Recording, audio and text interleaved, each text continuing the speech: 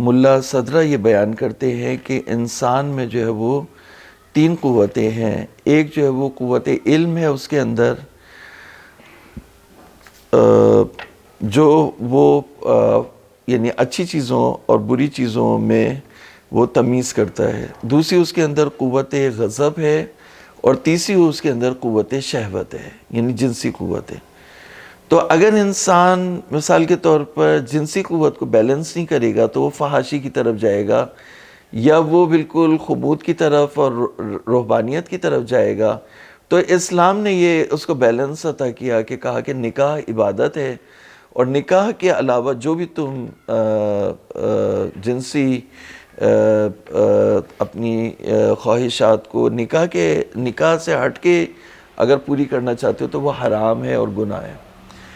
تو تجاوز ہے. اسی طرح سے جو ہے وہ جو قوہ غضب ہے وہ اللہ تعالیٰ نے اس لیے رکھی کہ وہ اپنے حقوق کی حفاظت کر سکے، اور اپنے جو متعلقین ہیں اور جو مظلوم انسان ہیں ان کے حقوق کی حفاظت کر سکے. لیکن اگر اس کو انسان اپنے غصے کو اور قوت غضب کو اگر وہ مہار نہیں کرے تو وہ دوسروں پر زیادتی کرے گا یا دوسروں سے بدخلقی کرے گا. پھر تیسری جو ہے وہ قوت علم ہے. اگر انسان علم نہیں حاصل کرے گا تو وہ جاہل رہ جائے گا. یعنی جس طرح سے اس کے جسم کو نمو اور ترقی کے لیے غذا چاہیے، اسی طرح سے اس کی روح کو بھی جو ہے وہ غذا چاہیے، فوڈ فار تھاٹ. تو اس کی روح کو اگر غذا نہیں ملے گی، علم نہیں ملے گا تو وہ جاہل رہ جائے گا. تو یہ 3 قوتیں جب وہ بیلنس کر لیتا ہے تو پھر اس کے اندر عدالت پیدا ہوتی ہے، اور عدالت بھی ایک طرح کا بیلنس ہے. تو جس طرح سے اگر موبائل میں بیلنس نہیں ہوگا تو وہ بات نہیں کر سکتا، تو یہاں پہ بھی جو ہے وہ بیلنس ہے، ہر چیز میں بیلنس ہے. تو اسی بیلنس کا نام جو ہے وہ حسن اخلاق ہے. اس کا اخلاق جو ہے وہ اسی وقت ربنا آتنا فی الدنیا حسنہ وفی الآخرۃ حسنہ، دنیا اور آخرت میں بھی بیلنس کرے وہ، تو وہ کامیابی کی طرف جائے گا. تو اس لیے اللہ رب العزت نے بیان کیا کہ ہم نے اپنے رسولوں کو اب رسولوں کو اتارا، اور ہم نے ان کے ساتھ کتاب اور میزان بھیجی، اور پھر ہم نے جو ہے لوہے کو اتارا.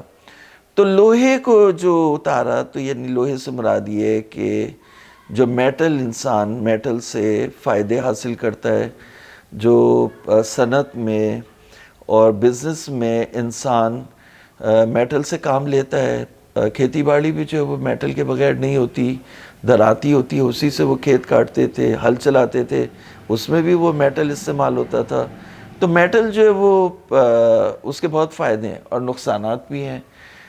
تو نقصانات یہ ہیں کہ چھری یا تلوار ہے، اس سے جو ہے وہ بے گناہ قتل ہو سکتا ہے. تو اس میں باعث شدید ہے، جیسے جو نبیوں سے پہلے، انبیاء سے پہلے گناہ بہت ہوتے تھے. انبیاء علیہ السلام سے پہلے جنگیں بہت ہوتی تھی. تو جنگوں میں جو ہے وہ جو ادھر کے لوگ ہوتے تھے وہ ادھر کے لوگوں کو کاٹتے تھے، بہت لوگ قتل عام ہوتے تھے.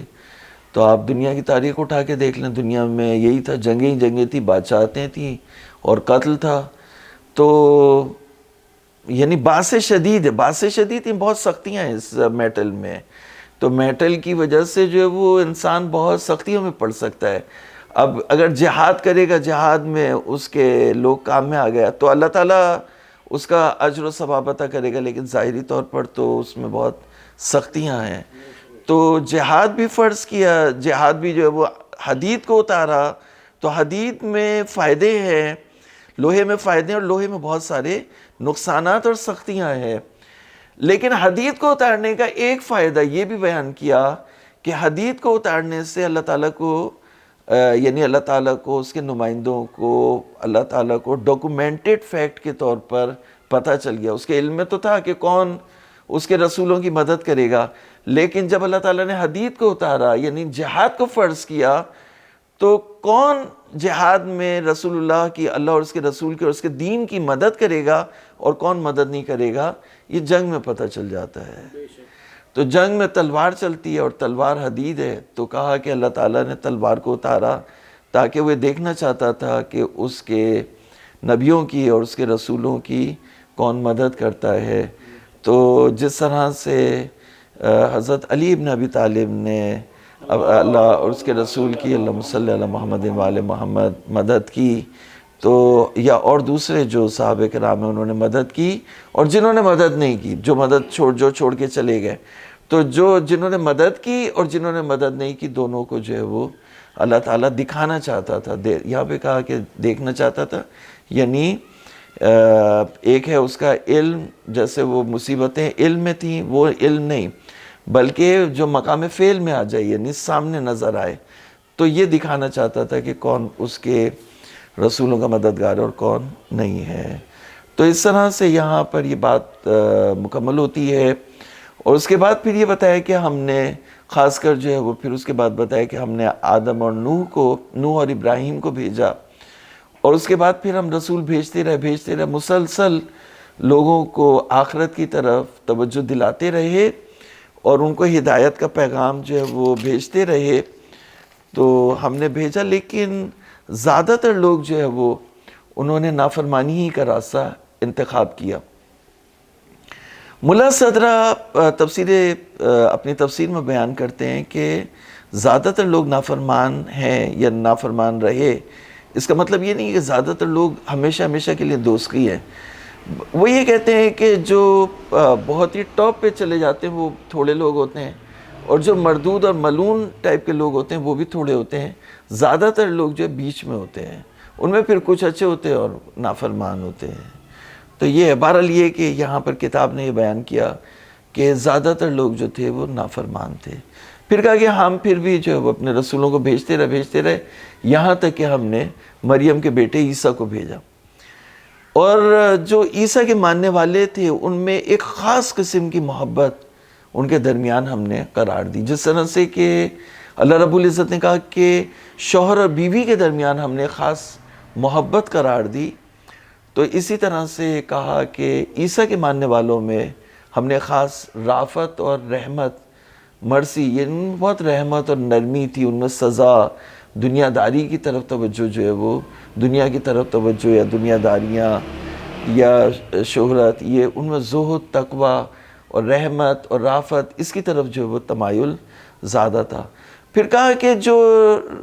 روحانیت یا رہبانیت، تو رہبانیت جو یعنی دنیا سے دوری اور اللہ تعالیٰ کی عبادت کے لیے دنیا سے دوری اختیار کرنا، یہ ہم نے ان کے اوپر نہیں رکھی، رہبانیت ہم نے نہیں رکھی، انہوں نے خود جو ہے وہ رہبانیت کو اللہ کی، جیسے وہ اللہ تعالیٰ نے جمعے کے دن چھٹی نہیں کیا، ملا جو ہے وہ اللہ تعالیٰ کو خوش کرنے کے لیے جمعے کو اپنی طرف سے اگر چھٹی کر رہے تو اللہ تعالیٰ نے تو نہیں کی، اللہ تعالیٰ نے کام پہ جاؤ، جب تک تمہارے ہاتھ پاؤں سالم ہے کام کرو۔ تو انہوں نے رہبانیت اپنی طرف سے جعل کی تھی، ہم نے جو ہے وہ رہبانیت ان کے اوپر ثم قفینا علی آثارہم برسلنا وقفینا، یعنی ہم ان کے بعد بھی جو ہے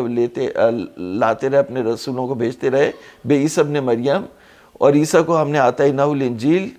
وجعلنا فی قلوب الذین اتبعوہ رأفۃ ورحمۃ، ہم نے ان کے دلوں میں رافت اور رحمت قرار دی، رہبانیت ابتدعوہا وہ رہبانیت جو انہوں نے اس کی بدعت ڈالی اور اس کو وضع کیا، جعل کیا، ایجاد کیا، ما کتبناہا علیہم، ہم نے ان پہ فرض نہیں کیا تھا، ہم نے روزوں کو فرض کیا تھا، ہم نے نماز کو فرض کیا تھا، ہم نے رافت و رحمت ڈالی تھی، لیکن روحانیت ہم نے نہیں ڈالی۔ جیسے وہ باپ ہے جو ہے وہ باپ بچوں کے لیے جو ہے وہ دال چاول کا انتظام کرتا ہے، سالن کا انتظام کرتا ہے، سبزی کا کرتا ہے، گوشت کا بھی کر دیتا ہے، کباب کا بھی کر دیتا ہے، لیکن اچار نہیں کھانے دیتا اولاد کو، کہتا ہے نہیں اچار نہیں، اچار جو وہ خود کھاتے تو ناراض کر کے کھاتے ہو، اچار کو نہیں، وہ منع کرتا ہے۔ وَرَهْبَانِيَةً ابْتَدَعُوهَا مَا كَتَبْنَاهَا عَلَيْهِمْ، رہبانیت کو ہم نے ان پر فرض نہیں کیا تھا، إِلَّا ابْتِغَاءَ رِضْوَانِ اللَّهِ، اللہ کی رضایت کے لیے انہوں نے رہبانیت کو اپنے اوپر خود فرض کیا۔ فَمَا رَعَوْهَا حَقَّ رِعَایَتِهَا، تو اگر وہ اس کی رعایت کرتے، اس کے حق کی، یعنی جو جس طرح سے رہبانیت کو اپلائی کرنا تھا تو بالکل دنیا سے کٹ کے اگر وہ نہیں کرتے تو پھر وہ نافرمانیوں کی طرف چلے گئے، تو انہوں نے اس کی رعایت نہیں کی، اور ان میں بھی جو زیادہ تر لوگ تھے وہ فاسق تھے، فاسق نکلے، یعنی جو رہبانیت کی طرف گئے ان میں بھی زیادہ تر لوگ جو ہے وہ فاسق ہو گئے۔ فَآتَيْنَا الَّذِينَ آمَنُوا مِنْهُمْ أَجْرَهُمْ وَكَثِيرٌ مِّنْهُمْ فَاسِقُونَ۔ جو ایمان والے تھے، جو زہد اور پرہیزگاری کی طرف گئے، تو ان کو ہم نے ان کا اجر دے دیا، اگرچہ غلط گئے لیکن کیونکہ نیتیں صحیح تھیں اور عمل بھی صحیح تھا، لیکن ایکسیڈ کر گئے تھے تھوڑا سا رہبانیت کی طرف، تو ہم نے انہیں ان کا اجر دے دیا، اجر ضائع نہیں کیا، لیکن زیادہ تر لوگ ان میں سے جو تھے وہ کیا تھے؟ فاسق تھے۔ تو یہاں پر آخری آیت کریمہ میں جو سورہ حدید ہے وہ اسی بات کو سمرائز کرتے ہیں جو اس کے شروع میں آئی تھی، 7ویں آیت کریمہ میں آئی تھی کہ یا ایھا الذین آمنوا آمنوا باللہ و برسولہ۔ دیکھیں 7ویں آیت کریمہ میں آپ کے سامنے پڑھ دوں تاکہ یہ سمری ہے اسی بات کی جو وہاں پہ بیان کی گئی تھی کہ 7ویں آیت کریمہ میں جو بیان کیا کہ آمنوا باللہ و رسولہ وانفقوا مما جعلکم مستخلفین فیہ، ایمان لے آؤ اللہ پہ، اس کے رسول پہ، اور خرچ کرو اس کے راستے میں ان چیزوں میں سے جن پر اس نے تمہیں خلیفہ بنایا۔ تو جو چیزیں اس نے تمہارے اختیار میں دی ان میں سے تم اس کے راستے میں خرچ کرو، تو جو تم میں سے ایمان لے آئے گا اور خرچ کرے گا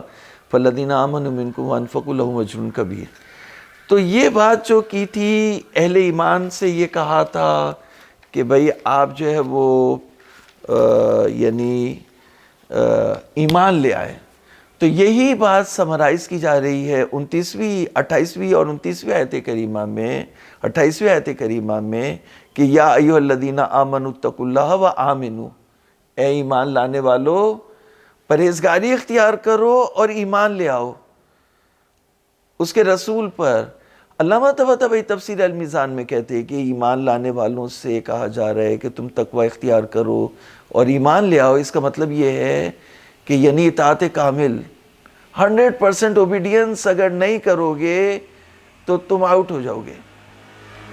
تمہیں ایمان واقعی چاہیے، تمہیں عملی مومن بننا ہے، تمہیں اللہ رسول کی تعلیمات پر عمل کرنا، اس کے راستے میں خرچ کرنا ہے، اور خرچ کرنا کیونکہ ایک بہت ہی سخت کام ہے، انسان کو مال کی بہت ضرورت بھی ہے شدید، اور شدید محبت بھی ہے اسے مال سے، اور پھر بھی کہا کہ اس کے راستے میں خرچ کرو، تو یہ تمہارا امتحان ہے، یہ لٹمس پیپر ہے۔ تو تم اگر خرچ کرو گے، اگر اس کی تعلیمات پر عمل کرو گے تو تم مومن واقعی بن جاؤ گے، اور ورنہ تم منافق بن جاؤ گے اور تمہاری ڈیسٹینی دوزخ کی آگ ہوگی۔ لیکن اگر تم نے اطاعت کامل کے راستے کو اپنایا اور تمام تعلیمات کو تم نے مکمل طور سے عمل کرنا شروع کر دیا تو تمہیں پرہیزگاری آ جائے گی، اور اللہ تعالیٰ تمہیں دو نصیب، دو حصے عطا کرے گا اپنی رحمت کے، ایک اس دنیا میں بھی اور آخرت میں بھی، اور آخرت میں بھی تمہارا دوہرا اجر اور دوہرا ثواب ہوگا۔ تو کہا کہ آمنوا برسول یؤتکم کفلین من رحمتہ، وہ تمہیں دو حصے اپنی رحمت کے عطا کرے گا، اور تمہارے لیے نور ہوگا، روشنی ہوگی جس میں تم چلو گے۔